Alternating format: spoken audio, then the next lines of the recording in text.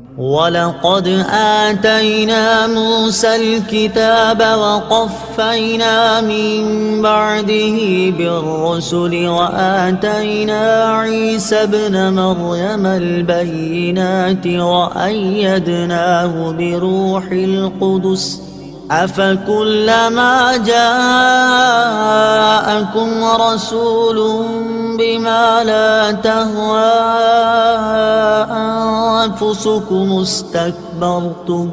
فَفَرِيقًا كَذَّبْتُمْ وَفَرِيقًا تَقْتُلُونَ۔ ترجمہ: اور بے شک ہم نے موسیٰ کو کتاب عطا کی اور اس کے بعد پے در پے رسول بھیجے، اور ہم نے عیسیٰ بن مریم کو کھلی نشانیاں عطا فرمائیں اور پاک روح کے ذریعے ان کی مدد کی۔ تو اے بنی اسرائیل،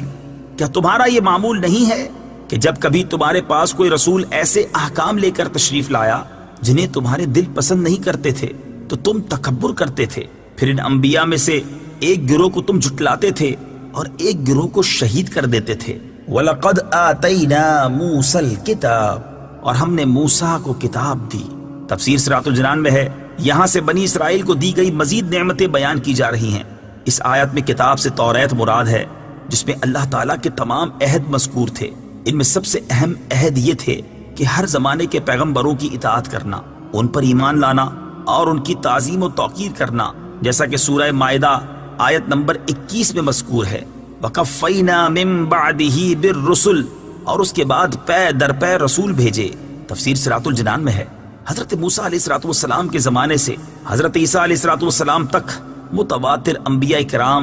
علیہ السلام آتے رہے۔ ان کی تعداد 4000 بیان کی گئی ہے۔ یہ سب حضرات موسیٰ علیہ السلام کی شریعت کے محافظ اور اس کے احکام جاری کرنے والے تھے، اور چونکہ ہمارے آقا خاتم الانبیاء صلی اللہ تعالی علیہ وآلہ وسلم کے بعد نبوت کسی کو نہیں مل سکتی، اس لیے شریعت محمدیہ کی حفاظت و اشاعت کی خدمت علماء ربانی اور مجددین کو عطا ہوئی۔ آتینا عیسی ابن مریم البینات، عیسیٰ بن مریم کو ہم نے نشانیاں دیں۔ ان نشانیوں سے مراد حضرت عیسیٰ علیہ السلام کے معجزات ہیں، جیسے مردوں کو زندہ کرنا، اندھوں اور برس والوں کو صحت دینا، پرندوں کی صورتوں میں جان ڈال دینا، غیب کی خبریں دینا وغیرہ، جیسا کہ سورہ آل عمران کی آیت نمبر 49 میں ہے۔ وَأَيَّدْنَاهُ بِرُوحِ الْقُدُسِ، اور پاک روح کے ذریعے اس کی مدد کی۔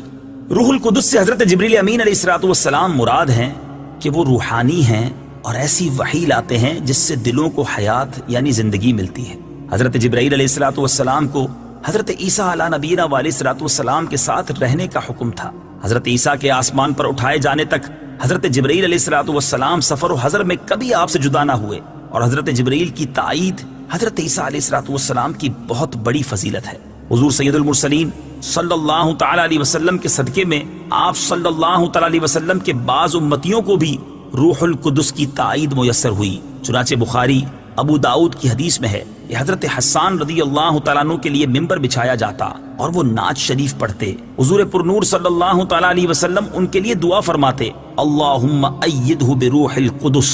اے اللہ روح القدس کے ذریعے حسان کی مدد فرما۔ غیر خدا کا مدد کرنا شرک نہیں۔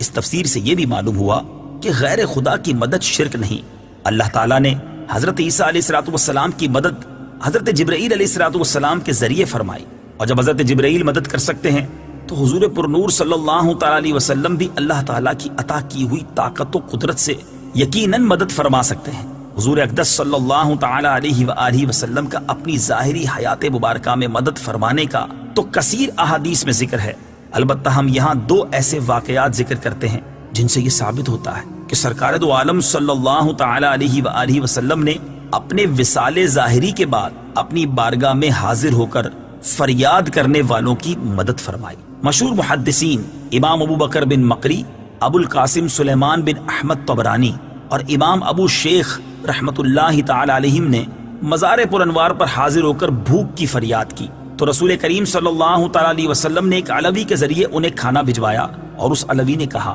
آپ لوگوں نے بارگاہ رسالت میں فریاد کی تھی تو مجھے خواب میں حضور اقدس صلی اللہ تعالی علیہ وآلہ وسلم کی زیارت ہوئی، اور حضور پرنور صلی اللہ تعالی علیہ وآلہ وسلم نے مجھے حکم فرمایا کہ میں آپ لوگوں تک کھانا پہنچا دوں۔ نمبر 2، ابو قاسم ثابت بن احمد بغدادی رحمت اللہ تعالی علیہ فرماتے ہیں میں نے تاجدار رسالت صلی اللہ تعالی علیہ وآلہ وسلم کے شہر اقدس مدینہ منورہ میں ایک شخص کو دیکھا کہ اس نے سرکار دو عالم صلی اللہ تعالی علیہ وآلہ وسلم کے روضہ انور کے قریب صبح کی اذان دی، اور جب اس نے الصلاۃ خیر من النوم کہا تو یہ سن کر مسجد نبوی کے خادموں سے ایک خادم آیا اور اس نے اسے تھپڑ مار دیا۔ وہ شخص رونے لگا اور اس نے فریاد کی، یا رسول اللہ صلی اللہ تعالی علیہ وآلہ وسلم، آپ کی موجودگی میں اس شخص نے میرے ساتھ ایسا کیا ہے۔ اس کی فریاد جیسے ہی ختم ہوئی تو اس خادم پر فالج گرا اور لوگ اسے اٹھا کر اس کے گھر لے گئے۔ 3 دن بعد وہ خادم مر گیا۔ یاد رہے علامہ نور الدین علی بن احمد سمہودی رحمت اللہ تعالی علیہ نے اپنی مشہور کتاب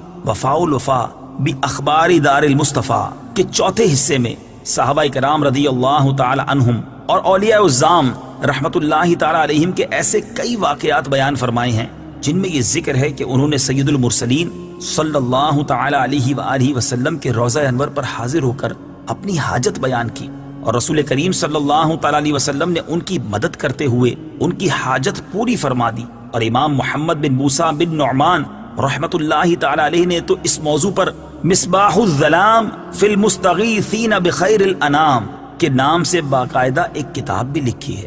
لا تہوا انفسکم، تمہارے دل پسند نہیں کرتے۔ تفسیر صراط الجنان میں ہے، یہودی لوگ پیغمبروں کے احکام اپنی خواہشوں کے خلاف پا کر انہیں جھٹلاتے اور موقع پاتے تو ان انبیاء کرام علیہ الصلوۃ والسلام کو قتل کر ڈالتے تھے، جیسا کہ انہوں نے حضرت زکریہ علیہ الصلوۃ والسلام، حضرت یحییٰ علی نبینا علیہ الصلوۃ والسلام اور ان کے علاوہ بہت سے انبیاء کرام کو شہید کیا، حتیٰ کہ ہمارے آقا علیہ الصلوۃ والسلام کے بھی درپے رہے۔ کبھی آپ صلی اللہ تعالی علیہ وآلہ وسلم پر جادو کیا، کبھی زہر دیا، اور ان کے علاوہ آپ علیہ الصلوۃ والسلام کو شہید کرنے کے لیے طرح طرح کے فریب کرتے رہے۔ آیت سے یہ بھی معلوم ہوا کہ احکام الہی پر اپنی خواہشات کو ترجیح دینا یہودیوں کا، جبکہ حکم الہی کے سامنے اپنے نفس کو کچل دینا کامل الایمان لوگوں کی نشانی ہے۔